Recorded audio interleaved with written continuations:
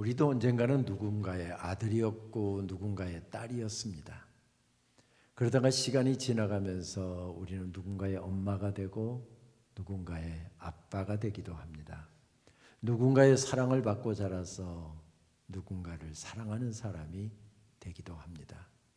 누군가의 아들이었다가 누군가의 아빠가 된다며 썼다는 정호성 시인의 아버지의 나이라고 하는 제목의 시를 그의 베스트셀러 가운데 한 권인 내 인생의 용기가 되어준 한마디라고 하는 제목의 책에서 읽었습니다. 이런 내용의 시입니다.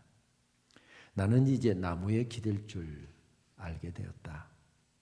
나무에 기대어 흐느껴 울 줄 알게 되었다.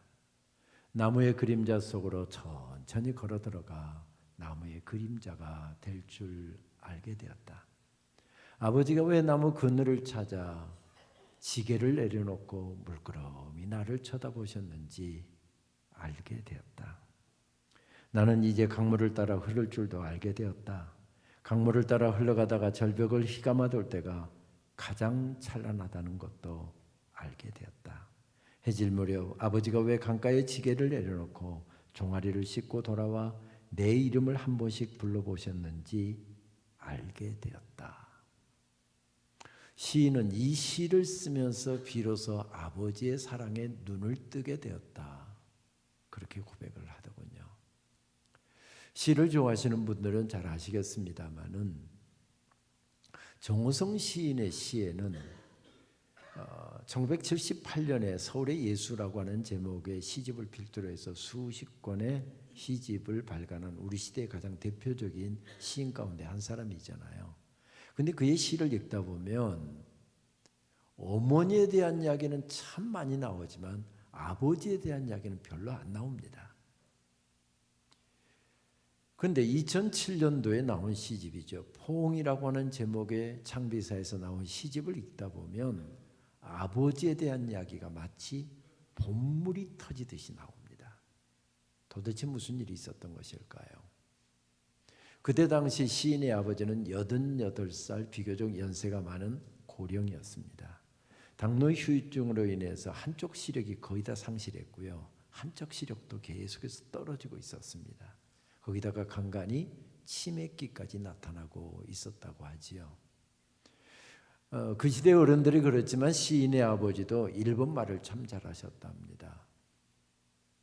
그래서 혹시 치매기에 도움이 될까 싶어서 일본말로 된 마더 데레사에 관계된 책을 한 권 사다가 아버지 그 번역 작업 좀 해보세요 하고 권유를 했는데 그것 때문에 무리가 되었기 때문인지 내경색으로 쓰러지고 말았습니다. 누군가의 도움을 받지 않으면 단 한 걸음도 떼낼 수가 없고 누군가가 도와주지 않으면 밥 한 숟가락 당신 입으로 떠넣기 어려운 지경이 되고 말았답니다. 그래서 시인은 아예 거처를 아버지 집으로 옮겨서 24시간 아버지와 함께 생활하게 되었답니다. 어릴 적 아버지가 나에게 해주셨던 것처럼 밥 숟가락에다가 밥 뜨고 거기다 반찬 올리고 아버지 하세요 한 다음에 아버지 입에다가 밥 숟가락도 떠 넣어드리고 아버지 모시고 가서 세수도 해드리고 시켜드리고 그리고 아버지가 좋아하는 동네 목욕탕에 사우나에 가서 한 번씩 사우나도 시켜드리고 그리고 등도 밀어드리고 그러면서 시인은 비로소 아버지의 사랑에 눈을 뜨게 되었다. 그렇게 고백하더군요. 가만히 생각해 보니까 아버지께서 내게 다 주신 선물이었습니다. 아까 아버지의 나이라고 하는 제목의 책에서 아버지가 일 마치고 돌아가는데 아버지의 지게에 올라탔답니다. 한때는 아버지 일 마치고 집으로 돌아가는 아버지 지게에 올라타는 것만큼 재미있는 탈 것이 없었던 시절이 우리들에게도 있었지요. 근데 아버지가 바로 집으로 가지 않고 나를 태우고서 숲으로 가더랍니다. 강가로 데리고 가더랍니다. 아버지가 왜 그곳에 지게를 세워놓고 내 이름을 한 번씩 부르기도 하고 나를 물끄러미 쳐다보시기도 하고 그랬는지 몰랐습니다. 그랬는데 이제 아버지의 나이가 되고 보니까 아버지의 마음이 이해가 됩니다. 그때 아버지가 숲의 아름다움을 내게 맛보게 해주시려고 굽이굽이 돌아가는 강의 아름다움을 내게 맛보게 해주시려고 그것으로 고단한 몸을 이끌고 그것으로 가신 것입니다. 내가 산을 좋아하는 이유, 내가 낚시를 좋아하고 강을 좋아하는 이유 다 아버지가 내게 선물해 준 것임을 이제야 깨닫게 된 것입니다.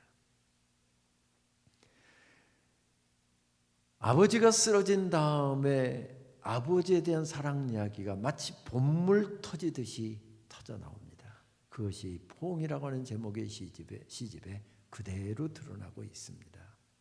노부부라고 하는 시에서 아버지는 이제 연세가 드셔서 배변도 어려운 지경이 되었고요. 나팔꽃이라고 하는 시에서 아버지는 까만 나팔꽃씨를 환약인 줄 잘못 알고 그것을 물로 들이키기도 하신 분으로 묘사가 됩니다. 못이라고 하는 시에서 마치 공사판의 인부들이 녹이 슬고 구부러져서 아무짝에도 쓸모없는 구부러진 못을 한쪽으로 내던져 버린 것처럼 우리 아버지가 녹슬고 병들어서 그리고 구부러져서 쓸모가 없는 그 버려진 못과 같이 되어 있더랍니다. 특별히 세 번째 시 못이라고 하는 제목의 시는 이렇게 되어 있습니다.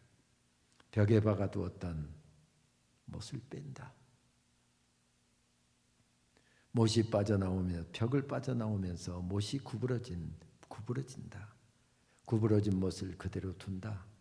구부러진 못을 망치로 억지로 펴서 다시 쾅쾅 벽에 못질하던 때가 있었으나 구부러진 못에 병들고 녹슨 가슴을 애써 헝겊으로 닦아놓는다. 뇌경색으로 쓰러진 늙은 아버지, 공중 목욕탕으로 모시고 가서 때밀이용 침상 위에 눕혀놓는다. 구부러진 못이다. 우리 아버지도. 때밀이 청년이 벌거벗은 아버지를 아무리 펴려고 해도 더 이상 펴지지가 않는다.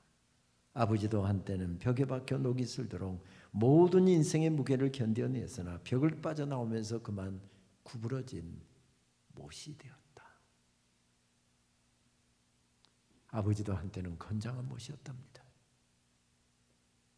인생의 무게 혼자서 걸머지고 아침 일찍부터 저녁 늦게까지 뛰고 또 뛰고 또 뛰어도 피곤하다는 이야기 한마디 안 하시던 건장한 못이었답니다. 왜요? 그것이 처자식 건사하는 길이고 내 새끼들 먹이는 길이고 좋은 옷 입히는 길이고 가르치는 일이어서 아무리 인생의 무게가 힘들어도 힘들다는 이야기 한마디 안 하시던 그리고 새벽부터 저녁 늦게까지 뛰고 또 뛰고 또 뛰었던 건장한 못이었답니다. 그런데 세월의 무게를 이기지 못하고 빠져나왔습니다. 구부러졌습니다. 녹이 슬었습니다. 사람들의 눈에는 아무짝에도 쓸모없는 것 같아서 한쪽으로 내버려진 구부러지고 녹슨 못과 같이 되어 있더랍니다. 여기에는 아버지의 사랑 이야기가 가득가득 채워져 있잖아요. 그 사랑 이야기를 들은 아들이 감동해서 아버지를 향해서 사랑 노래를 부르는 구조로 되어 있습니다. 그렇습니다. 사랑 이야기는 한 사랑 이야기는 또 다른 사랑 이야기가 터져 나오게 만들고요. 한 사랑 노래는 또 다른 사랑 노래가 터져 나오게 되어 있습니다. 이런 특성을 가장 잘 보여주는 말씀을 들려고 한다면 구약의 아가서를 들 수 있을 것 같습니다. 아가서를 읽어보면 누구나 한 번은 그런 생각을 가졌겠습니다만 이런 에로틱한 노래가 어떻게 성경에 들어올 수 있었을까? 남녀의 사랑 이야기를 거기다 담아내고 있으니까요. 그런데 이런 에로틱한 노래가 성경에 들어온 이유는 우리가 받은 사랑 이야기를 이렇게 구구절절 잘 표현한 말씀이 없기 때문에 성경에 들어왔을 것입니다. 실제로 구약의 이스라엘 백성들은 이스라엘 백성들을 향해서 부르는 여호와 하나님의 사랑 노래로 아가서를 이해했고요. 초대교회 그리스도인들, 특별히 신약시대 그리스도인들은 교회를 향하여 부르는 주님의 신부인 교회와 성도들을 향해서 부르는 우리 주님의 사랑 노래로 아가서를 이해하기도 했었습니다. 누구의 사랑 노래였습니까? 이스라엘 나라의 3대 왕이었던 솔로몬 왕이 술람미 여인을 향해서 부르는 지고지순한 사랑 노래입니다. 그런데 왕의 사랑을 독차지했던 여인의 이름이 나오지 않습니다. 술람미 여인, 이것은 이름이 아니라 양산댁, 김해댁, 부산댁 이런 뜻입니다. 이름이 아닙니다. 그런 사랑을 받았던 여인, 왕의 사랑을 독차지했던 여인은 얼마나 행복했을까요? 얼마나 대단한 특권입니까? 그런데 성경은 그런 사랑을 받았던 여인의 이름도 이야기하지 않고요. 그 여인이 어떤 집안이었는지, 공부를 얼마나 했는지, 신앙생활을 어떻게 하고 있는지, 찬양팀 하고 있었는지 안 했는지 그런 기록이 아무 기록이 없습니다. 그렇다고 해서 아가서가 전혀 기록이 없는 것도 아닙니다. 여기저기 상계되어 있는 그 여인에 대해서 묘사하고 있는 이야기를 다 종합해 놓고 보면 결론은 한 가지입니다. 어떻게 이런 여인이 왕의 사랑의 대상이 될 수 있었지? 그게 결론입니다. 이렇게 말씀드려도 여러분 동의를 안 하시는 것 같은데 아가서 1장 5절 말씀만 하나 예로 들겠습니다. 그녀의 외모를 묘사하면서 왕의 사랑을 독차지했던 이 여인의 외모가 게달의 장막 같았다 이렇게 표현합니다. 비유법인데요. 여러분 게달의 장막 느낌이 좀 어떻습니까? 느낌부터가 좀 칙칙하잖아요. 게달의 장막은 어떤 텐트였는가 하면 유목민들이 양의 가죽, 염소의 가죽을 말려서 옷을 만들어 입었습니다. 옷을 만들려면 제단을 해야 되잖아요. 제단을 하다 보면 이런 작은 가죽 조각들이 발생하는 것입니다. 워낙 가죽이 귀하던 때니까 이거 버리지 않고 다 모아놓습니다. 일정량이 모여지게 되면 이걸 얼기설기 만들어서 햇빛도 가리고 바람도 가리기 위해서 만든 텐트가 바로 게달의 장막이었습니다. 유목민들이 목초지를 찾아서 이리 옮기고 저리 옮기고 하다 보니까 때가 많이 묻어 있고요. 볼품이 없는 텐트가 게달의 장막이었습니다. 하필이면 왕의 사랑을 받았던 여인의 외모가 피부가 중동의 따가운 햇살을 받으면서 들로 산으로 다니면서 양을 치고 염소를 치고 포도원을 가꾸다 보니까 검게 그을렸고 손은 거친 모습을 이렇게 표현한 것입니다. 이런 여인이 어떻게 왕의 사랑이 대상이 될 수 있었을까요? 어떻게 이런 여인이 왕의 사랑의 대상이 될 수 있었습니까? 하고 질문을 던지는데 아가서 기자는 대답은 회피하고 바로 아름다운 사랑 이야기를 우리들에게 들려줍니다. 그 사랑 이야기를 한번 따라가 볼까요? 2장 1절 말씀. 샤론에 수선하여 골짜기에 백합하로다. 2장 10절 말씀. 나의 사랑 나의 어여쁜 자야 일어나서 함께 가자. 겨울도 지나고 비도 그쳤고 지면에는 꽃이 피고 새가 노래할 때가 이르렀는데 비둘기 소리가 우리 땅에 들리는구나. 오늘 읽은 4장 말씀으로 보게 되면 점점 사랑 노래가 깊어지고 더 이렇게 소리가 높아지면서 클라이맥스 정점을 향해서 치닫는 구조로 되어 있습니다. 4장 1절 말씀. 내 사랑 나는 어여쁘고도 어여쁘다. 노을 속에 있는 내 눈이 비둘기 같고 내 머리털은 길라 산기슭에 누운 염소떼 같구나. 여러분 아무리 남 이야기라고 그렇게 아무 느낌 없이 들으시면 하나도 은혜가 안 됩니다. 우리 남편이 나 좋아한다고 편지질하고 쫓아다니던 때 막 가슴이 두근반 세근반 마음이 가기도 하지만 또 그냥 바라봐주면 안 될 것 같아서 싫은 척하면서도 편지 받으면 막 그렇게 좋고 기뻤던 그때의 느낌을 가지고 이 말씀을 들어야 은혜가 되지. 뭐 느낌 없이 이렇게 앉아 있으면 안 됩니다. 좀 리액션을 해야 돼. 이런다든지 대단하네 뭐 그렇다든지. 제가 4장 1절 다시 읽습니다. 내 사랑 너는 어여쁘고도 어여쁘다. 노을 속에 있는 내 눈이 비둘기 같고 내 머리털은 길르아 산기슭에 누운 염소떼 같구나. 이제 뭐가 좀 될 것 같습니다. 4장 7절 말씀. 나의 사랑 너는 어여쁘고 아무 흠이 없구나. 여러분 말씀드렸잖아요. 흠이 없기는 왜 흠이 없어요? 흠집투성입니다. 그런데 내 사랑이 얼마나 예쁜지 아무 흠이 없다고 노래하고 있습니다. 이것을 어려운 문자를 쓰면 뭐라고 이야기하죠? 콩깍지 끼었다 이렇게 이야기합니다. 완전 콩깍지입니다. 그런데 아름답습니다. 4장 10절 말씀. 내 누이 내 신부야 내 사랑이 어찌 그리 아름다운지 내 사랑은 포도주보다 진하고 내 기름의 향기는 각양 향품보다 더 향기롭구나. 근데 여러분 참 리액션은 잘하셨는데 이거 사실 아닙니다. 10절 말씀은 틀린 말씀인 것 같습니다. 나 같은 사람이 어떻게 왕의 사랑의 대상이 될 수 있어요? 근데 우리 이 나라의 최고 지도자가 나를 좋아한답니다. 나를 만나고 싶어서 찾아온답니다. 왕이 찾아온다는데 어떻게 못 오게 해요? 왕이 나 좋아하는데 나는 싫어요. 왕권 시대에 어떻게 이럴 수가 있어요? 왕이 일방적으로 좋아한다고, 왕이 일방적으로 찾아오고, 일방적으로 선물꾸러미 가져오고, 그냥 선물 주면 엉거주춤하게 고맙습니다. 그저 왕이 온다고 한다면 나 같은 사람이 어떻게 왕비가 될 수 있겠어요? 거절할 수 없어서 온다고 하니까 그냥 몸빼 조금 고쳐 입고 머리 좀 쓰다듬고 그렇게 영접한 것밖에 없습니다. 일방적으로 찾아오고 일방적으로 사랑한다고 이야기하고 일방적으로 선물 주고서 뭐라고 이야기합니까? 내 사랑은 어찌 그리 아름다운지, 각양 포도주보다 각양 향품보다 더 향기롭고 진하다, 이렇게 표현하고 있습니다. 여러분, 이거 우리가 받은 사랑 이야기 아닙니까? 우리가 받은 사랑 이야기입니다. 무조건적으로 사랑을 주시고 나서 우리의 작은 찬양 한 곡에서도 감격하시는 주님, 작은 헌신에도 기뻐하시는 주님, 아멘. 우리가 받은 사랑 이야기입니다. 아멘. 우리가 받은 사랑 이야기입니다. 이런 사랑을 받으면 얼마나 행복할까요? 여러분, 표정 관리 좀 하세요. 지금 사랑 이야기하고 있는데 표정이 인상 쓰고 앉아 있으면 안 된다니까요. 제가 말씀 듣다가 여러분 표정이 굳어진 것 같으면 제가 그렇게 해요. 표정 관리 이렇게 해요. 여러분, 제가 한번 할게요. 표정 관리.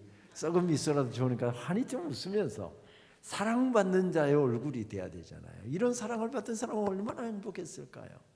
다 읽지는 못했습니다만은, 그래서 아가서 4장 1절부터 15절까지 말씀은 결혼식으로 치면 신랑이 자기 사랑하는 여인을 향해서 부르는 사랑 노래입니다. 이 사랑을 듣고 감격한 여인이 벌떡 일어나서 자기 사랑 노래를 부릅니다. 이게 16절 말씀입니다. 그러니까 결혼식으로 치면 1절에서부터 15절까지는 신랑의 사랑 노래, 16절 말씀은 신부의 사랑 노래입니다. 우리 화면을 보면 16절이 나타날 텐데 우리 16절 같이 한 목소리로 봉독하실까요? 북풍아 일어나라, 남풍아 오라, 나의 동산에 불어서 향기를 알리라. 나의 사랑하는 자가 그 동산에 들어가서 그 아름다운 열매 먹기를 원하노라. 아멘. 아가서는 이런 아름다운 사랑 이야기를 우리들에게 들려주고 사랑 노래를 들려주면서 계속해서 우리들에게 말을 걸어오는 구조로 되어 있습니다. 어떻게 해요?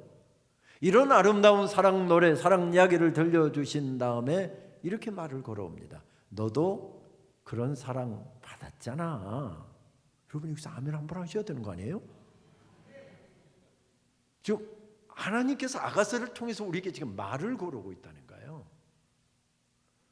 우리 개혁교회 전통에서 설교가 그냥 목사의 자기 생각을 이야기하는 거예요. 성경을 풀어서 하나님께서 원하시는 걸 들어주는 거잖아요.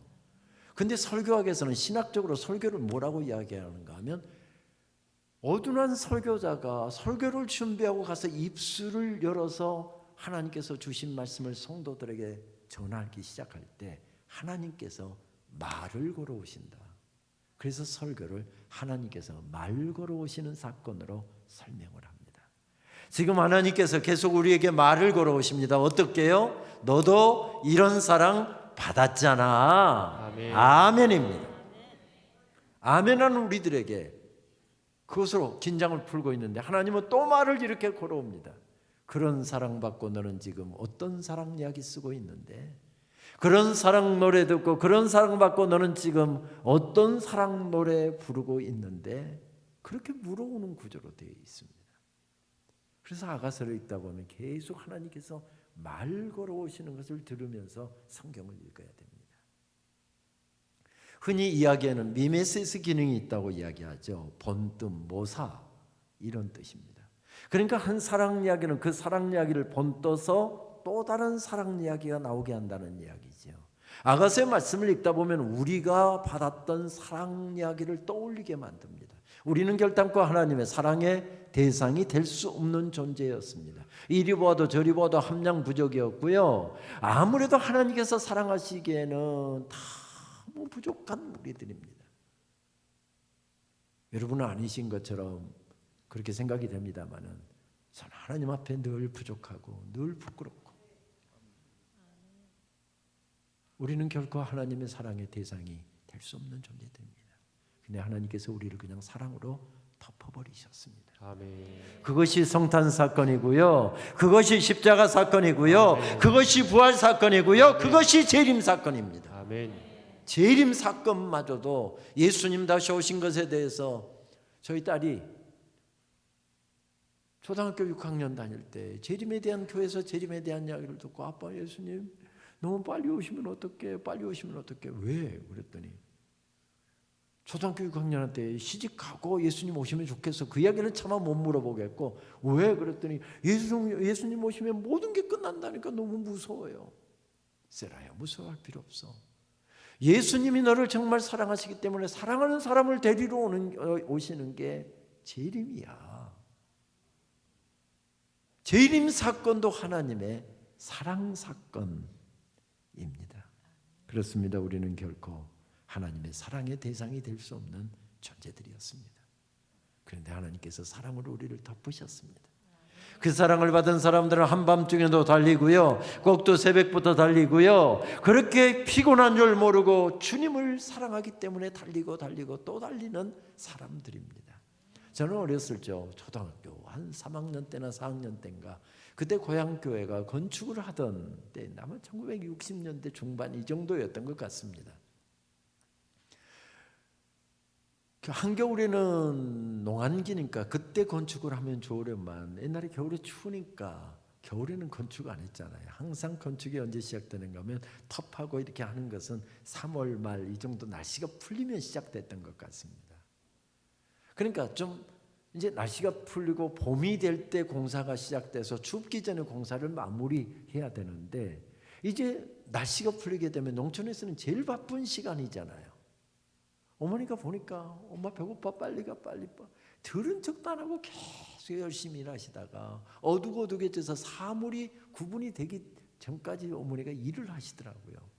아무리 아들이 배고프다고 가자고 해도 들은 척도 안 하시던 엄마가 어느 순간이 되게 하면 딱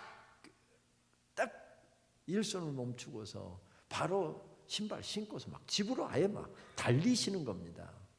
엄마가 천천히 가 하면서 따라갔던 기억이 납니다.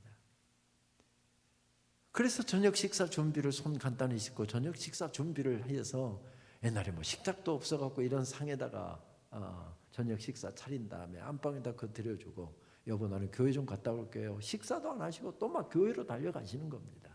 언젠가 어머니 따라서 달이 환한 저녁에 뭐 전기도 없던 시절이니까 달이 환한 저녁에 아마 건축을 하시는 저녁에 모여서 건축을 하신 것 같아요. 어머니가 늦게까지 일을 해서인지 언젠가 어머니 따라서 교회당을 갔더니 벌써 다른 분들은 와서 다 건축에 투입되어 있더라고요. 옛날에 흙벽돌로 찍어서 벽을 쌓는데 어제 그제 찍어놨던 흙벽돌이 잘 말랐기 때문에 여자 집사님들 권사님들은 머리에다가 흙벽돌 한 장 두 장 익어서 나슬아슬한 난간을 걸어 올라가면서 그걸 전부 다 머리로 여서 올리고요.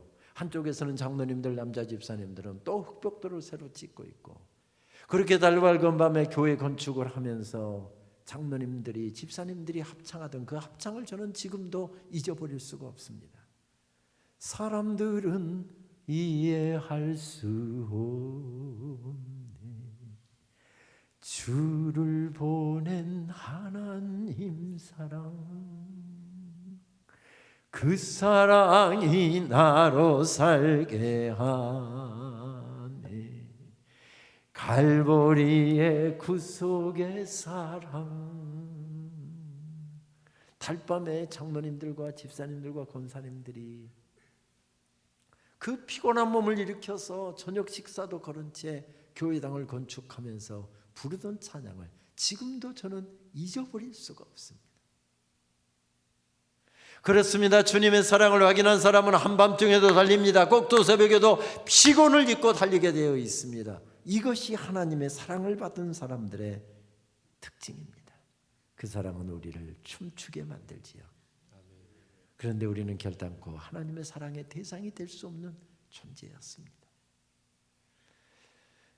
제가 섬기고 있는 장로의 신학대학교에서는 지금은 또 뭐 제가 총장이 되기도 해서 중단을 했습니다마는 해석학 초청 설교학 강좌를 진행했습니다. 주로 북미, 미국과 캐나다에 그의 가장 핫한 석학 중에 한 분을 모셔와서 8일 동안 진행이 됐습니다. 학생들을 대상으로도 강의도 하고 여러 대학원 수업에 가서 특강도 하고 채플에서 설교도 하고 소개 차원에서 한국교회, 이교회, 저교회 아주 중심적인 소개할 수 있는 교회에 가서 설교도 하고 그리고 목회자들 모아서 세미나도 하고 이렇게 8일 동안 진행되는 강좌였습니다. 우리 김 목사님도 석사할 때 박사할 때 아마 몇 강좌를 들으셨을 것입니다.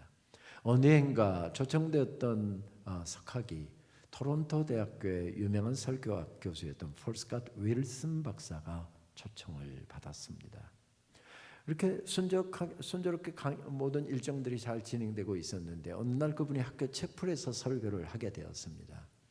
채플에 성경 본문을 받고 봤더니 성경 본문은 마태복음 25장에 나오는 양과 염소의 비유였습니다.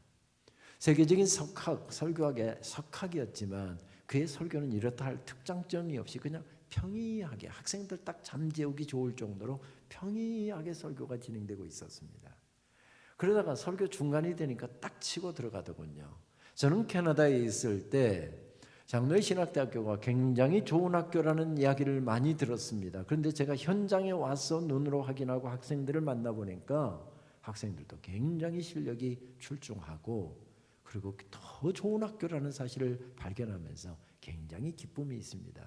약간 백인들 우월주의가 있잖아요. 자기들이 굉장히 앞서간다고 생각하고 한국에는 뭐 자기가 하는 그 새로운 이론들 아마 기초 정도밖에 모를 거다라고 생각하고 기초적인 내용을 강의했는데 학생들이 질문하는 내용은 기초가 아니라 막 중급, 상급의 질문을 하기 시작하니까 와 학생들의 이렇게 수준이 이렇게 높구나 몇 번이나 저에게 이야기를 했거든요. 그 이야기였습니다.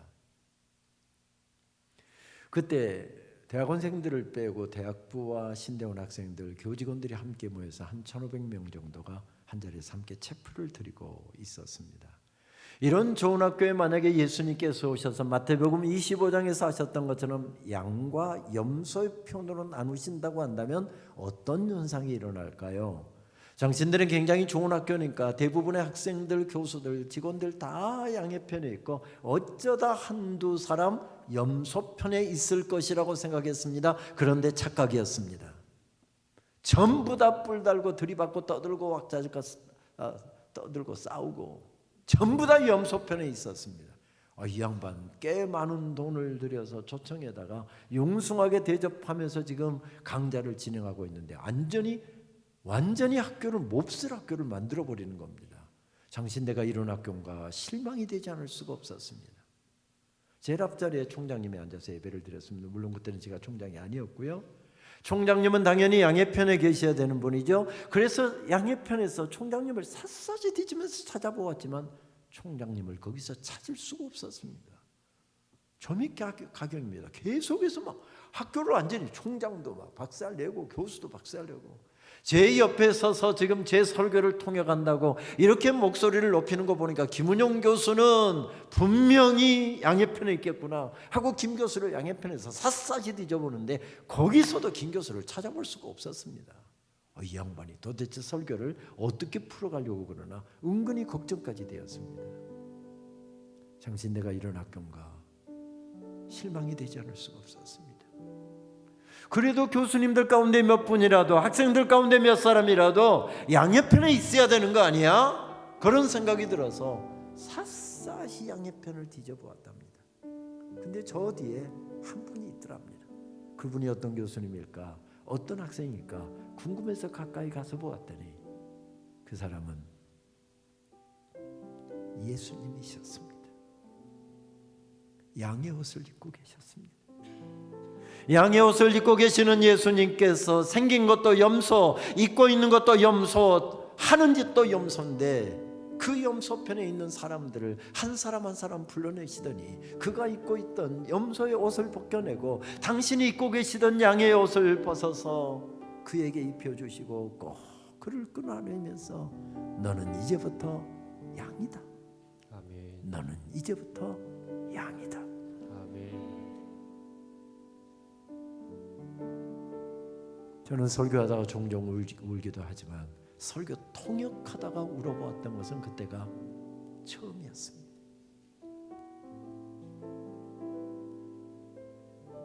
우리는 주님의 사랑의 대상이 될 수 없는 존재들입니다. 그런데 그냥 주님의 옷을 덧입혀 주시고, 그래서 뭐라고 이야기하죠?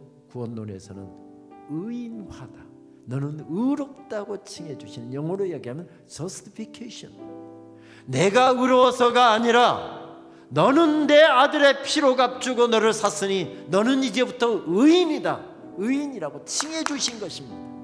그런데 우리 속에는 재성이 있고요, 못낸 염소의 성깔이 있고요, 습관이 있고요, 죄악이 여전히 자리 잡고 있고요, 평생 천국 가는 그날까지 의롭다고 인쳐주신 그 모습을 계속해서 일구어가는 것입니다.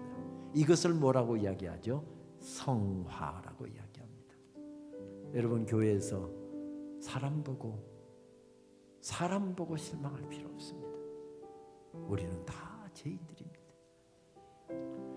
하나님께서 우리를 사랑으로 덮어버리셨기에, 주님의 옷을 덧입혀 주셨기에 하나님의 백성이라고 칭해 주셨기 때문에 우리가 이 자리에 있고 이 자리에 서 있는 것이지, 우리가 다 의인들이 아닙니다. 주님의 신부답게, 주님의 사랑받는 사람답게 계속해서 우리를 바꾸어 나가는 것입니다. 이 성화의 과정. 성화가 어느 때 완성됩니까? 바로 이 땅에서는 완성을 선언할 수 없습니다. 주님의 보좌 앞에 서는 그날, 내 아들아 수고했다, 내 딸아 고맙다. 그때 성화가 완성되면서 뭐라고 이야기하죠? 글로리피케이션, 영화가 이루어진다고 이야기하지 않습니까? 한 찬송은 그 사실을 이렇게 알려줍니다. 그 사랑 얼마나 아름다운지, 그 사랑 얼마나 날 부엽게 하는지, 그 사랑 얼마나 크고 놀라운지를, 그 사랑 얼마나 나를 감격하게 하는지. 우리 찬양 한번 하고 말씀 이어갈까요?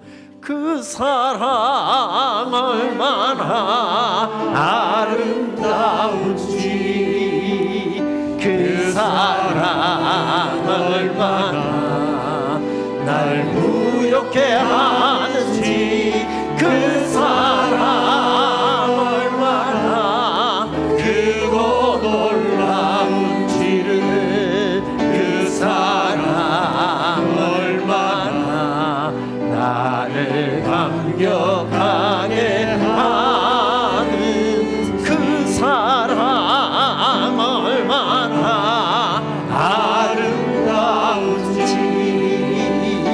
그 사랑 얼마나 날 무욕해 하는지, 그 사랑 얼마나 크고 놀라운지를, 그 사랑 얼마나 나를 감격하게 하는지.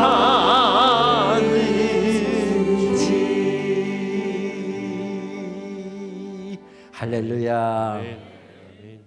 그렇습니다. 그 사랑이 우리를 춤추게 만듭니다.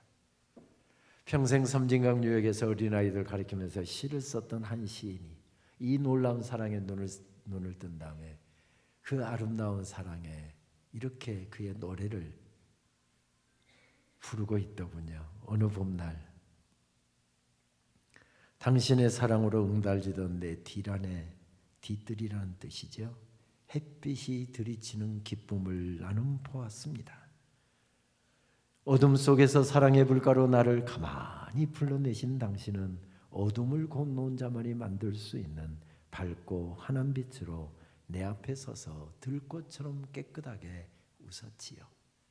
아, 생각만 해도 참 좋은 당신. 어쩌면 이렇게 시를 잘 씁니까? 저도 좀 시를 끄적거리고 있지만 이런 시를 보면 시 쓰고 싶은 생각이 싹 없어집니다. 근데 남자분들 그대로 가만히 앉아 계셔도 괜찮겠습니까? 이런 좋은 시가 나오면 빨리 써놓든지, 안 되면 카메라라도 꺼내서 사진을 찍어 놓든지, 다 못 쓰면 마지막 구절이라도 써놓으셔야 되잖아요. 방송실 한 번 더 보여주세요. 남자분들 마지막 구절은 써놓으셔야 됩니다. 아, 생각만 해도 참 좋은 당신. 이런 구절은 수첩에다가 곱게 써놓은 다음에 결혼 기념일 때 카드에다가 다 이 멋진 식구 딱 쓰고, 꼭 잊어버리지 말 건 식구 써도 아무 소용없어요. 그것 없으면 뭘 넣어야죠? 현찰. 그렇습니다. 그 사랑이 우리를 춤추게 만듭니다. 아, 생각만 해도 참 좋은 주님. 거기서 예배가 시작되는 것이지요. 거기서 찬양이 시작되는 것이지요. 거기서 신앙생활이 시작되는 것입니다. 아멘. 부활의 아침 예수님께서는 실패한 제자 베드로를 다시 시작하자고 갈릴리로 부르셨습니다. 근데 예수님께서 나타나지를 않으십니다. 예수님 한 번도 이렇게 약속 늦으신 적 없습니다. 근데 한두 시간 늦은 것이 아니라 하루가 지나도 이틀이 지나도 사흘이 지나도 나흘이 지나도 예수님이 나타나시지를 않습니다. 그러니까 스멀스멀 의심의 안개가 번져오기 시작합니다. 어떤 의심의 안개요? 우리가 헛것 본 거 아닐까? 죽은 사람이 어떻게 살아날 수 있어? 우리 분명히 만났잖아. 주님 음성 들었잖아. 아니야, 예수님 이런 적 없어. 우리가 그때 뭔가 정신이 이상해졌던 거야. 믿자니 그렇고 안 믿자니 그렇고 예수님은 안 나타나죠. 벌써 며칠째 기다리다 지친 베드로가, 성질 급한 베드로가, 에이씨 나는 고기나 잡으러 갈래. 그리고 갈릴리 바닷가로 나갔답니다. 답답하게는 다른 제자들도 마찬가지여서 6 제자가 가세해서 7 제자들이 갈릴리 바다에 가서 그물을 던져서 고기를 잡으러 나갔답니다. 근데 그날따라 고기가 피레미 새끼 한 마리 안 잡히는 겁니다. 왜 우리는 이렇게 되는 일이 없을까? 또다시 절망과 실망의 그림자가 가슴을 뒤덮고 있습니다. 그래서 또 오기가 나서 이쪽에다 던지고 저쪽에다 던지고, 그런데 이렇게 고기가 한 마리도 안 잡힌 적이 없는데 한 마리도 안 잡히더랍니다. 그리고 이제 새벽 동이 터올 무렵에 누가 창거리 준비하러 왔는지 저 물가에서 누가 외칩니다. 고기 좀 많이 잡았습니까? 한 마리도 못 잡았습니다. 아니 어떻게 그런 일이 다 있답니까? 배 오른편에 그물 한번 더 던져보시죠. 왼편 오른편 할 것 없이 수백 번 던졌습니다. 소용없었습니다. 그 이야기가 여기까지 나오는데 거절할 수 없는 그 목소리에 이끌려서 오른쪽에다 그물을 던졌더니 거짓말처럼 끌어올릴 수 없을 만큼 고기가 잡혔습니다. 그 순간 베드로가 저분은 예수님이다. 왜냐하면 사역 초기에 똑같은 사건이 또 한 번이 있었잖아요. 물고기 잡으려고 밤새 그렇게 애써서 물고기를 많이 잡았다고 한다면 빨리 끌어올려서 좋은 값에 팔 생각을 해야 될 텐데 고기 끌어올린 것은 다른 제자들에게 맡기고 예수님 빨리 뵙고 싶어서 베드로가 물로 뛰어들었답니다. 그리고 수영해서 물 밖으로 나왔겠지요. 물 밖에 나오고 보니까 예수님이 거기 우뚝 서 계셨습니다. 예수님 살아계셨습니다. 예수님 부활하신 주님 거기 우뚝 서 계셨습니다. 그런데 예수님을 지금 만났는데 베드로가 3번이나 부인하고 배신한 사람이니 예수님 앞에 할 말이 뭐가 있었겠습니까? 온몸이 물에 흠뻑 젖어 있습니다. 중동의 새벽이 얼마나 춥습니까? 베드로가 물 안에 있을 때는 모르겠던데 물 밖에 나오니까 얼마나 떨리는지 오돌오돌 떨고 있습니다. 물에 빠진 생쥐처럼 그 오돌오돌 떨고 있을 때 그 모습을 보고 예수님 뭐라고 말씀하십니까? 꼴 좋다. 나쁜 놈 새끼 같으니라고. 내가 너를 얼마나 사랑했는데, 내가 너를 얼마나 아꼈는데 어떻게 네가 나를 배신할 수가 있어. 나쁜 놈 같으니라고. 나는 너 같은 놈이 제일 싫어. 앞에서는 알랑거리고 뒤돌아서면 뒷담화하고 뒤통수 치는 바로 딱 너 같은 놈. 나쁜 놈 같으니라고. 우리 다시 만나는 일이 없도록 하자. 만약에 마주치면 내가 먼저 고개 돌릴 테니까 너도 나른 채 하지 마라. 나쁜 놈 같으니라고. 주님 충분히 그렇게 말씀하실 수 있는 상황이었습니다. 그런데 주님 그렇게 말씀하셨습니까? 언제 베드로를 위해서 피워놓는지 모르게 모닥불을 피워놓으셨고 오돌오돌 떨고 있는 베드로 손 잡아다가 베드로야 춥다 감기 걸리라 빨리 옷 말려라. 사랑의 불가에 베드로를 앉히십니다. 그리고 옆에서 예수님 무엇을 주섬주섬 준비하고 계시는데 보니까 여기에 요한복음 20장 말씀과 연결해서 보면 여기에 예수님의 십자가의 못자국이 그대로 있습니다. 나 같은 죄인을 위해서 아침 조반을 준비하시는 예수님의 손등의 못자국을 보면서 저것이 나를 구원하시기 위해서 십자가에 중한 고통 당하신 상흔이지. 베드로가 눈물 짓고 있습니다. 베드로야, 시장하겠다. 아침 먹어라. 따뜻한 주님의 음성이 들려옵니다. 내가 예수님 대접해야 되는데 예수님이 어떻게 저 같은 사람을 대접하십니까? 이 이야기도 할 체면도 없어서 그냥 예수님 거 눈물로 받아들여서 준비해 주신 아침 조반을 베드로가 눈물 섞어 먹고 있습니다. 아무 말씀도 없이 아침 식사하는 베드로를 멀거럼히 쳐다보시던 주님, 식사가 다 끝나자 입을 열어서 베드로에게 물으셨답니다. 베드로야, 내가 나를 사랑하느냐? 또 한참 있다가 두 번째 똑같은 질문을 하시더랍니다. 오늘 읽은 요한복음 21장 17절 말씀은 세 번째 물으셨다죠. 요한의 아들 시몬아, 내가 나를 사랑하느냐? 내가 나를 사랑하느냐? 하고 물으셨답니다. 지금 예수님 뭐라고 계신 것이죠? 예수님의 사랑 이야기를 말없이 들려주시고 베드로의 사랑 이야기를 묻고 계신 것입니다. 왜 계약서 쓰게 만들지 않았을까요? 왜 지장 찍게 하고 손가락 걸고 다짐하고 심할서 쓰게 하지 않았을까요? 계약서 써도요, 손가락 걸어도요, 지장 찍어도요, 사람은 변합니다. 사람은 변합니다. 그러나 주님의 사랑에 물들고 주의 사랑에 감격한 사람은 끝까지 달릴 수 있게 주님의 사랑 이야기를 들려주시고 베드로의 사랑 이야기를 물으신 것입니다. 그래서 베드로는 정말 죽음의 자리까지, 예수님처럼 십자가에 달려 순교하는 그 자리까지 갔지만은 결코 무너져 내리지 않습니다. 끝까지 승리합니다. 왜 베드로에게 이렇게 사랑 이야기를 들려주셨을까요? 사랑하면 쉬워지기 때문에 그렇습니다. 거리가 문제가 되지 않습니다.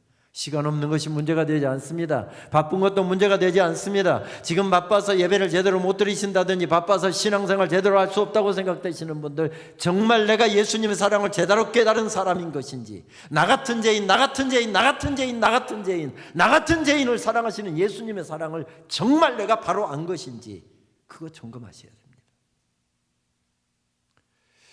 저는 신대원 2학년 1학기를 마치고서 군복무를 예수원에 입대했습니다. 저는 일반 장교로 강주 보병학교에서 7개월 동안 장교 훈련을 받고 1982년 1월달 훈련 많기로 유명하고 정말 제일 추운 지역이라고 하는 강원도 화천 지역에 한 보병사단의 소총 소대장으로 부임을 했습니다. 그해 겨울은 정말 추웠습니다. 화학산과 대성산 중간에 있는 부대예요. 분지 지역에 있는 부대여서 춥고 덥다 하는 이야기는 듣고 갔는데 그 해가 유난히 춥다고 했습니다. 제가 추운 지역에 배치받은 것을 알고서 그때 교제하고 있었던 여자친구가 온 얼굴을, 요즘에 마스크, 코로나 지나면서 마스크가 흔해졌지만 그때는 마스크가 그렇게 흔하던 시절이라니까 다 손뜨개질을 했잖아요. 뜨개질을 두툼하고 크게 이렇게 온 얼굴을 가릴 수 있도록 하고 안에다는 꺼지까지 몇 겹을 넣어서 그것을 딱 소포로 보내왔더라고요. 훈련이 참 많은 부대였습니다. 겨울에 정말 많이 추울 때는 실내에서 교육하고 안 하는데 이상한 사단장이 오더니 야, 겨울이라고 전쟁 안 일어나냐? 그리고 겨울에도 똑같이 훈련이 진행됐습니다. 예비사단이기 때문에 앞에 15사단, 7사단이 있어서 15사단이 떨리면 거기까지 뛰어가서 이 막아야 되는 예비사단이어서 행군도 많고 구보도 참 많았습니다. 100km 행군을 1년이면 8, 9차례를 했습니다. 그런데 12월 13일께 영하 20도가 넘는 추운 날씨인데 그때 100km 행군을 하게 된 겁니다. 군대에서 100km 행군해 보신 분은 아시겠지만은 저렇게 안전무장하고서 50분 걷고 10분 쉬고 50분 걷고 10분 쉬고 강원도 저 산악 지역을 그렇게 행군을 하다 보니까 33시간에서 34시간이 걸려야 주파되는, 굉장히 자지도 않고 걸어야 되니까 굉장히 힘든 훈련 가운데 하나입니다. 거기다 막 추위까지 몰려오니까. 그런데 여자친구가 보내준 마스크를 딱 끼고 했더니 그렇게 추운 줄 모르고 행군을 할 수가 있었습니다. 보통 한 25시간에서 26시간이 지나가면 잠을 못 자고 계속 걸었기 때문에 병사들이 걸으면서 희한하게 졸면서 잘 걷습니다. 저도 졸면서 많이 걸었습니다. 발은 계속 걷고 있고요. 머리는 자면서 가는 겁니다. 그러다가 돌멩이라도 잘못 밟으면 이랬다가 또 깨서 한 20-30분 맨정신으로 걷다가 또 피곤하니까 졸면서 걸었습니다. 평지에서야 뭐 이렇게 휘청하고 그러면 또 잠 깨고 그러면서 가는데, 문제는 새벽 3시경에 경기도 가평 지역에서 화학산을 넘어서 부대로 복귀하고 있었습니다. 화학산은 1569m, 굉장히 높은 산 중에 하나입니다. 험한 산이죠. 구비구지 골짜기를 통해서 굽이 돌아서 계속 하는데 밑에는 수십 길랑 떨어집니다. 그 높은 산을 넘어서 가다 보니까 뭐 소대장 앞에서 지쳐갖고 지금 죽을 지경인데, 그때 소대장들에게 임무가 하나 더 주어집니다. 병사들이 여기서 졸다가 구르기라도 하면 큰 사고가 연결되니까 앞으로 뒤로 가면서 병사들 못 졸게 하는 일이 소대장의 일이었습니다. 그냥 걸어 올라가도 힘든데 앞으로 갔다 뒤로 갔다 하려니까 힘이 2배로 들지만 병사들 걱정이 돼서 저도 계속 왔다 갔다 하면서, 근데 거기를 걸으면서 정말 졸면서 가는 친구들이 있었습니다. 야 이놈아, 여기서 졸음이 와? 여기 낭떠러지를 봐. 여기서 너 구르면 죽어 임마. 졸지 마. 이렇게 막 깨워가면서 올라가는데, 앞으로 뒤로 다니면서 보니까 저 혼자만 마스크를 하고 있는 겁니다. 너무 빨리 가면 못 따라와서 낙오가 되고요, 너무 늦게 가면 시간이 오래 걸리고 하니까 항상 소대장이 제일 앞에 서서 보폭을 정하기 때문에 제일 앞에 서서 걷다가 앞으로 뒤로 가면서 보니까 저만 마스크를 하고 있는 겁니다. 초저녁에 처음 출발할 때는 전부 다 얇은 군용 마스크를 끼웠는데, 이게 26시간 벌써 30시간 넘게 걷다 보니까 입김에 절해서 다 젖어 있으니까 다 벗어 던진 것 같습니다. 명색이 소대장인데 하는 생각이 들어서 그거 벗어서 갓 전입은 이등병 부른 다음에 야 이거 해라. 군대에서는 뭐 지금 같으면 그거 남이 쓰던 마스크 못 끼는데 소대장이 주니까 괜찮습니다. 뭐 해 하고 이등병한테 그거 양보를 해주고, 그렇게 하고서 행군을 해서 부대에 복귀를 했습니다.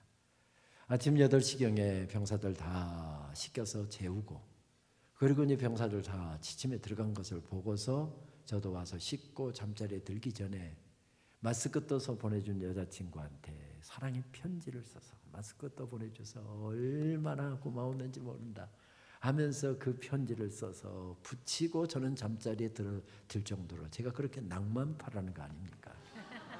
그 편지를 써보내면서 한 가지 부탁이 있다. 12월 24일 날 저녁에 성탄절 소대 회식이 있는데 우리 소대원들 33명, 선임하사까지 34명, 중대장급까지 35개 마스크를 똑같은 사이즈로 떠서 12월 24일까지 좀 보내줄 수 있느냐. 문제는 그날이, 그 편지를 써서 보낸 날이 12월 14일이었다는 게 문제입니다. 그때 전방에서 편지를 보내면 5일이 걸릴 때입니다. 빨리 가야 4일이었습니다. 그러니까 여자친구에게 그 편지가 되어졌을 때는 18일이나 19일 날 편지가 도착했을 겁니다. 그러면 또 보내는 시간이 있으니까 가만히 계산을 보니까 마스크 뜰 시간이 거의 없는 겁니다. 길어야 사흘이었습니다. 그런데도 불구하고 제 여자친구는 정확하게 마스크 똑같은 사이즈로 35개를 떠서 속달 서포로 12월 24일 날 딱 도착을 시켜주었습니다. 소대 외식을 하면서 한 해 동안 수고 많이 했다. 추운 날씨에 감기 안 걸리게 건강 잘 지켜라 하면서 소대원들 이름 하나씩 불러가면서 야 이거 성탄절 선물이야, 성탄절 선물이야 하고 나눠주었습니다. 보통 저희 부대는 여기 1, 2소대가 같이 쓰고 가운데 행정반이 있고 여기 3, 4소대가 쓰니까 한 막사로 연결되어 있습니다. 제가 이야기도 안 했는데 우리 소대원들 전부 다 흰 마스크 이렇게 큰 거 들고서 흔들고 다니면서 이거 우리 소대장님의 애인이 떠준 거다. 이거 우리 소대장님의 애인이 떠준 거다. 그리고 온 중대를 뛰어다니면서 자랑하는 것을 보았습니다. 나중에 제가 휴가를 나왔다가 여자친구 어머니를 잠깐 뵌 적이 있습니다. 그러다가 우연히 마스크 이야기가 나왔죠. 저것이 대학 졸업하고 직장 생활하면서 돈 좀 번다고 집에 오면 피곤하다고 손도 갖다 가지 않으려고 했던 저 깍쟁이가 지의 남자친구가 마스크 떠달라고 하니까 사흘 휴가를 냈고요. 밤을 사흘 동안 꼬박 세워도 안 되니까 지 동생들 동원하고 친구들 동원해갖고 마스크를 그렇게 떴다는 겁니다. 그러면서 한마디 더 붙이시더라고요. 사랑이 도대체 뭐길래 저 깍쟁이를 저렇게 바꿔놓는다냐. 그래서 그게 고마워서 지금 데리고 살고 있습니다. 여러분, 사랑하면 쉬워집니다. 거리가 먼 것도 문제가 되지 않고요, 시간이 없는 것도 문제가 되지 않고요, 사랑하면 모든 것이 다 가능해집니다. 박용재 시인의 말이 옳습니다. 사람은 사랑하는 만큼 산답니다. 그만큼이 인생이랍니다. 그만큼이 신앙생활이랍니다. 하늘에 나르는 새들을 사랑하는 만큼, 그리고 아름다운 숲의 나무들을 사랑하는 만큼, 그만큼이 인생이랍니다.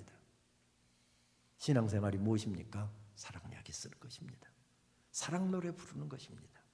어떤 사람은 대충 쓰는 사람도 있고요, 어떤 사람은 졸면서 개발세발 그냥 나도 알아보지 못하고 예수님도 못 알아보게 그렇게 대충 쓰고 끝나는 사람도 있고요, 그런가 하면 어떤 사람은 정말 한 절 한 절 정성을 다해서 그렇게 귀하게 하나님의 사랑 이야기를 씁니다.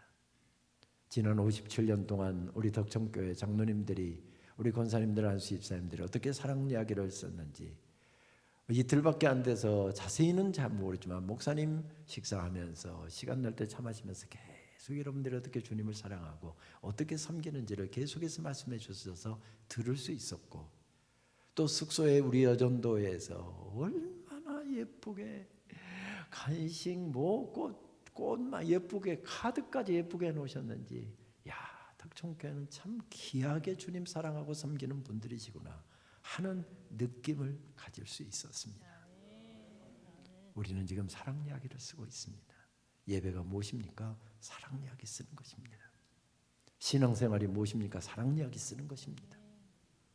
지금까지도 아름답게 써왔지만 우리는 과거를 해자하면서 살아가는 사람들이 아니라 오늘을 사는 사람입니다.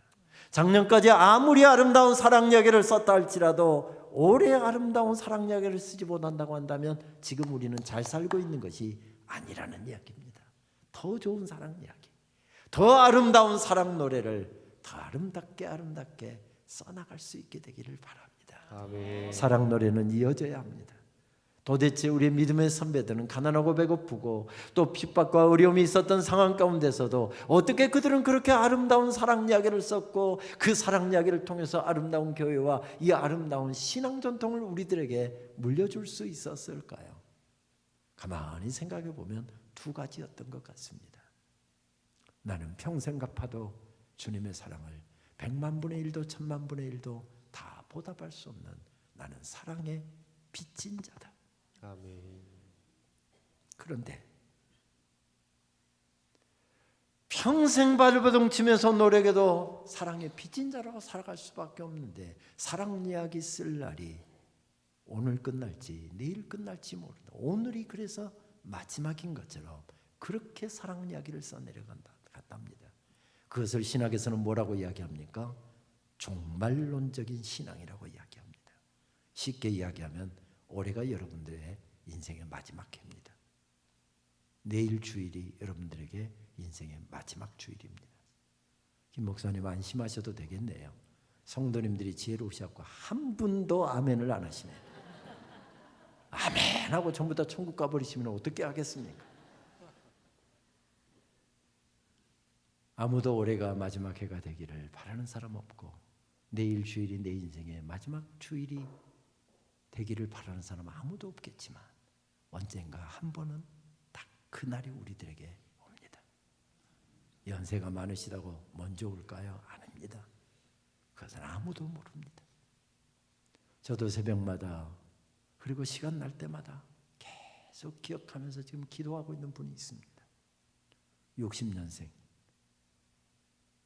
우리나라의 대표적인 로고스 법무법인의 대표 변호사였고, 어려울 때 저에게 참 많은 자문을 해줬던 분, 서울법대 출신이고요, 판사 출신이고요, 대단한 분이고 수만교회 장로님인데, 그분이 지난 주간에 갑자기 스트로크로 쓰러지셨다는 겁니다. 그래갖고 지금 의식이 안 돌아오고 있어서 지금 그 소식 듣고 저도 시들어 주여 불쌍히 여겨 주옵소서. 60년생이면 올해 몇 세입니까? 65세. 65세.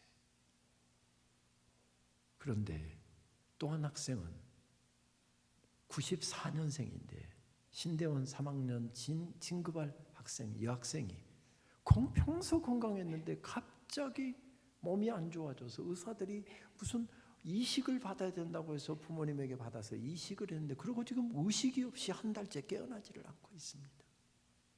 병원비가 보험 처리가 안 되는 병원비만 5천만 원이 넘었다고 그래서 지금 저를 포함해서 교수들 학생들이 모금해서 조금이라도 십시일반 병원비를 보태자 해서 학교가 모금 운동을 하고 있습니다. 그 젊은 신학생을 위해서 계속해서 기도합니다. 여러분, 무슨 이야기죠?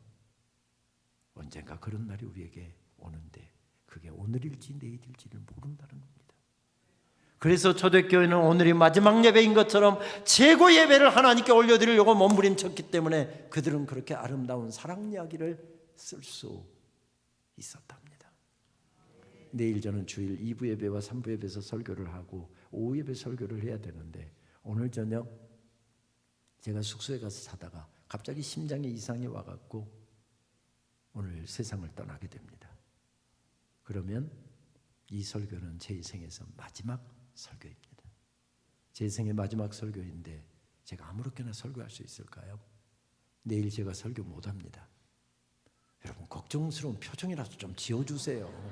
그러면 우리 김경륜 목사님이 설교하시지 하는 표정이신데 저도 그거 원치 않습니다. 그런데 모릅니다. 아무도 모릅니다. 그래서 오늘 최고의 예배를 하나님께 올려드리고, 그렇게 했기 때문에 그들이 승리했답니다.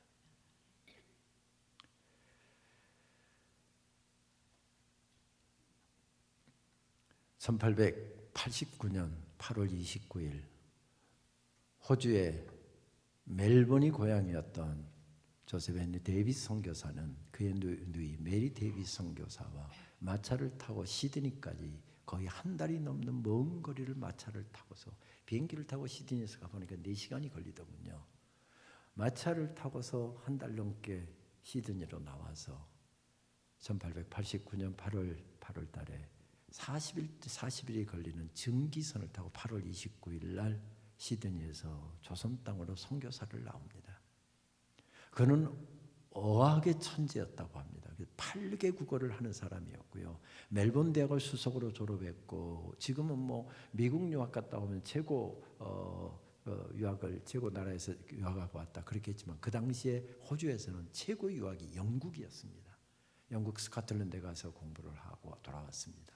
어느 대학에서든지 교수를 할 수 있는 자격이 갖춰진 분이어서 이 대학 저 대학에서 교수로 와달라고 하는데 나는 조선에 선교사로 나가기로 작정을 했다. 그래서 누이하고 한국에 선교사로 나오게 되었습니다.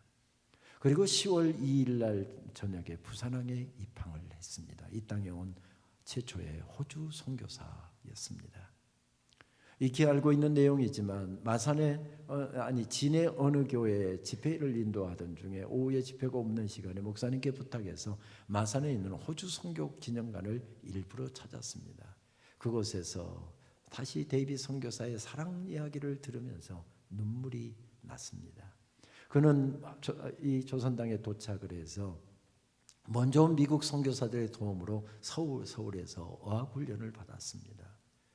불과 5개월 정도 공부했을 때 워낙 어학에 뛰어난 사람이어서 5개월 정도 되니까 벌써 한국말 쓰고 읽을 수 있었고 어느 정도 의사소통이 가능했습니다. 조선 사람들이 얼마나 불쌍한지 빨리 우리 주님의 복음을 전하고 싶다는 생각 때문에 보통은 1년에서 2년 어학 공부를 하는데 그분은 5개월 만에 마치고 어학 선생을 한 명 동반하고 자기를 도와줄 수 있는 조사를 채용을 해서, 조사는 지금 전도사님에 해당되는 분이죠. 가청남 대릉 고개를 넘고 수원을 경유하고 천안, 아산 이쪽 지역으로 해서 공주 땅을 밟고 전주로 해서 하동 이쪽으로 해서 부산까지 470km가 넘는 먼 거리를 도보로 향해서 오게 되었습니다. 그런데 도보로 오는 가운데 하동을 지나가면서 천연두에 감염이 됐습니다. 열이 고열인데 그리고 먹을 통조림이 다 떨어져 갖고 조선 음식은 먹기만 하면 작고 매워서 배탈이 나기 때문에 제대로 먹지도 못하고 그렇게 하다가 몸이 약해져서 천연두에 걸렸는데 가다가 또 비를 흠뻑 맞았습니다. 그래서 폐렴까지 겹쳤습니다. 1890년 4월 4일 날 밤 9시경에 제임스 게일 선교사, 그 당시 부산에 선교사로 계신 분이었고 나중에 서울 연동교회를 세웠고 저희 학교가 평양에 있을 때 저희 학교 교수를 지낸 분인데 제임스 게일 선교사의 집에서 머물게 됐습니다. 바로 쓰러졌습니다.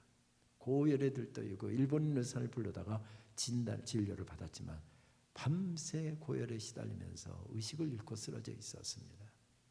그리고 1890년 4월 5일 날 아침 9시경에 의식이 돌아왔습니다.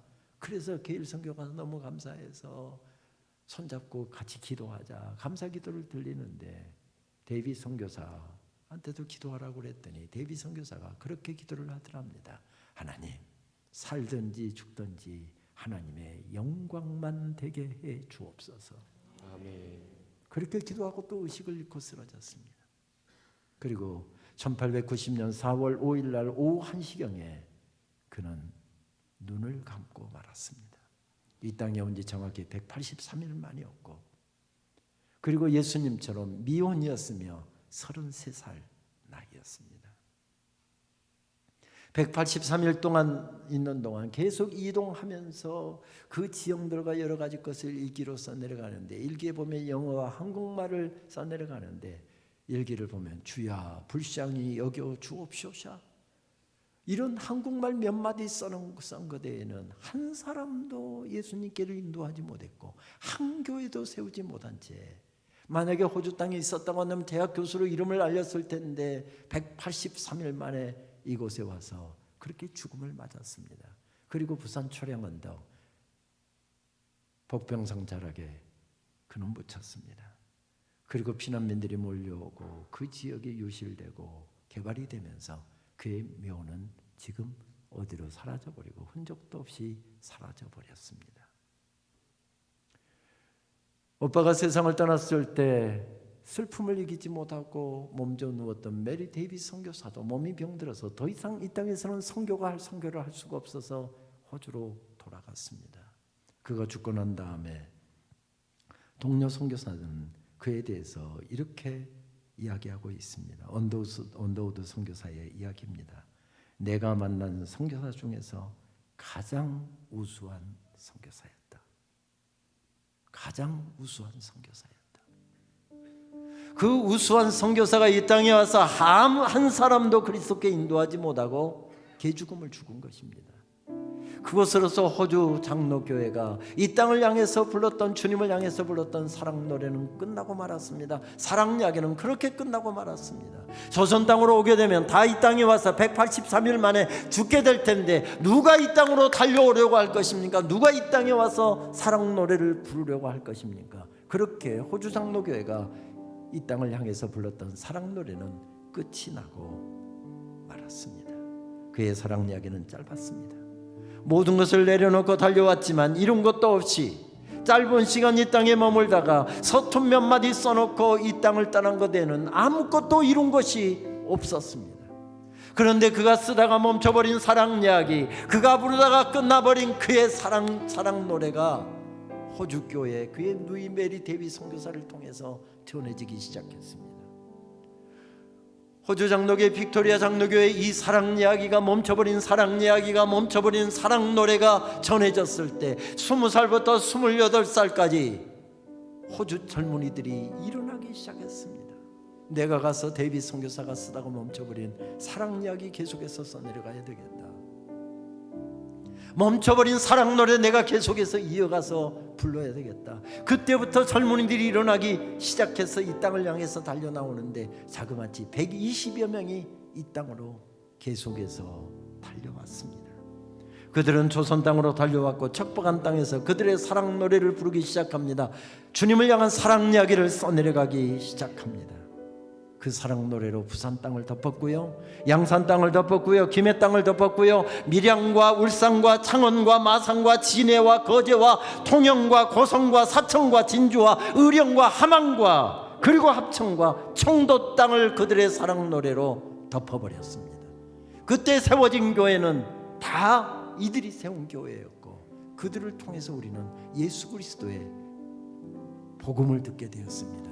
예수 그리스도의 사랑 이야기를 듣게 되었습니다. 그렇습니다. 사랑 이야기는 이어져야 합니다.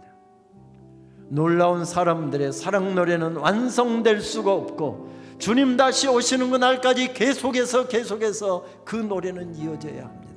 우리 장로님들이 가슴에 품고 달렸던, 원로 장로님들이 가슴에 품고 달렸던 그 사랑 노래는 시무 장로님들에게로, 안수 입사님들에게로, 청년들에게로 계속해서 주님 오시는 그날까지 이어져야 합니다. 그냥 이어져서는 안 되고 더 아름답게 이어져야 합니다. 우리 덕천교회 지난 57년 동안 불렀던 사랑 노래 참 아름다웠습니다. 수고들 하셨습니다. 그러나 사랑 노래는 이어져야 합니다. 사랑 이야기는 더 아름답게 이어져야 합니다. 우리도 고백할 수 있을까요? 내 마음에 주를 향한 사랑이 나의 말엔 주가 주신 진리로, 나의 눈엔 주의 눈물 채워주소서. 내 입술엔 찬양의 향기가, 두 손에는 주를 닮은 섬김이, 나의 삶엔 주의 흔적 남게 하소서.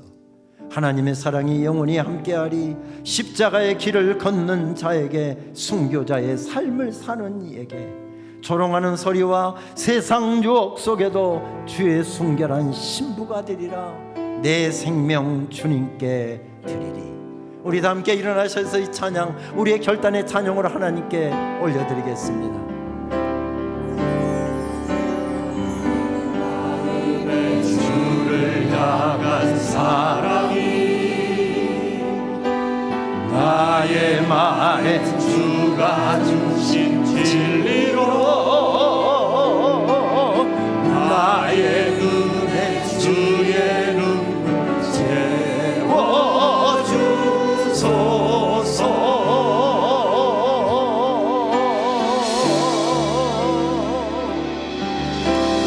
내 입술에 찬양의 향기가,